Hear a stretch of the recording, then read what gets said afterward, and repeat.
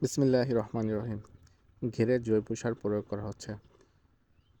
মাছ চাষে ভালো ফল পেতে ঘেরে পানিকে জীবন্ত রাখা খুবই জরুরি, আর সেই কাজ করে জৈব সার।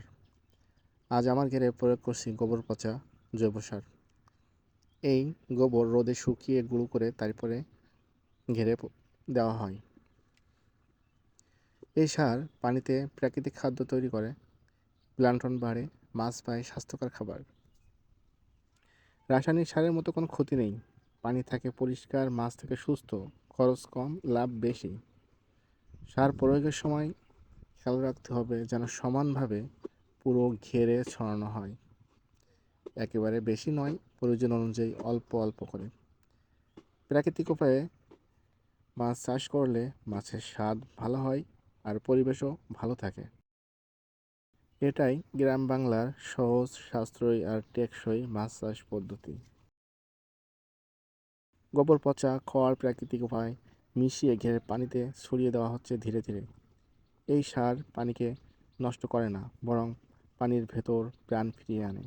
জৈব সার থেকে তৈরি হয় শ্যাওলা আর প্লান্টন। প্লাঙ্কটন হচ্ছে মাছের আসল খাবার। ফিডের উপর নির্ভর কমে যায় এই জৈব সার প্রয়োগ করলে। নিয়ম মেনে সার দিলে মাছ দ্রুত বাড়ে, রোগ কম হয়, পানির রং থাকে ঠিকঠাক, দুর্গন্ধ হয় না। গ্রাম বাংলার যুগ যুগ ধরে এভাবেই মানুষ মাছ চাষ করে আসছে। সহজ পদ্ধতি, কিন্তু ফল অনেক বড়।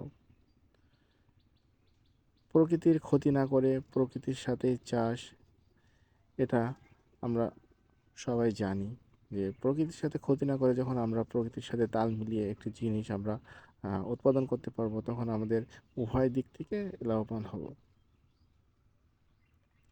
মাছ চাষের সফলতা হতে হলে শুধু মাছের দিক তাকালেই হয় না, সবচেয়ে আগে দেখতে হয় ঘেরের পানির দিকে। কারণ পানি ভালো থাকলে মাছ ভালো থাকবে। আজ আমার কথা বলবো এই ঘেরের প্রয়োগ নিয়ে। এটা সহজ পদ্ধতি, কিন্তু এর উপকারিতা অনেক। গ্রাম বাংলার বহু বছর ধরে মাছ চাষ জৈব সার ব্যবহার করা হচ্ছে। এভাবেই আমরা প্রকৃতির সাথে মিল রেখে মাছ চাষ করছি। বিসমিল্লাহ ভিলেজ ফার্ম, সহজ পদ্ধতিতে স্বচ্ছ চাষ।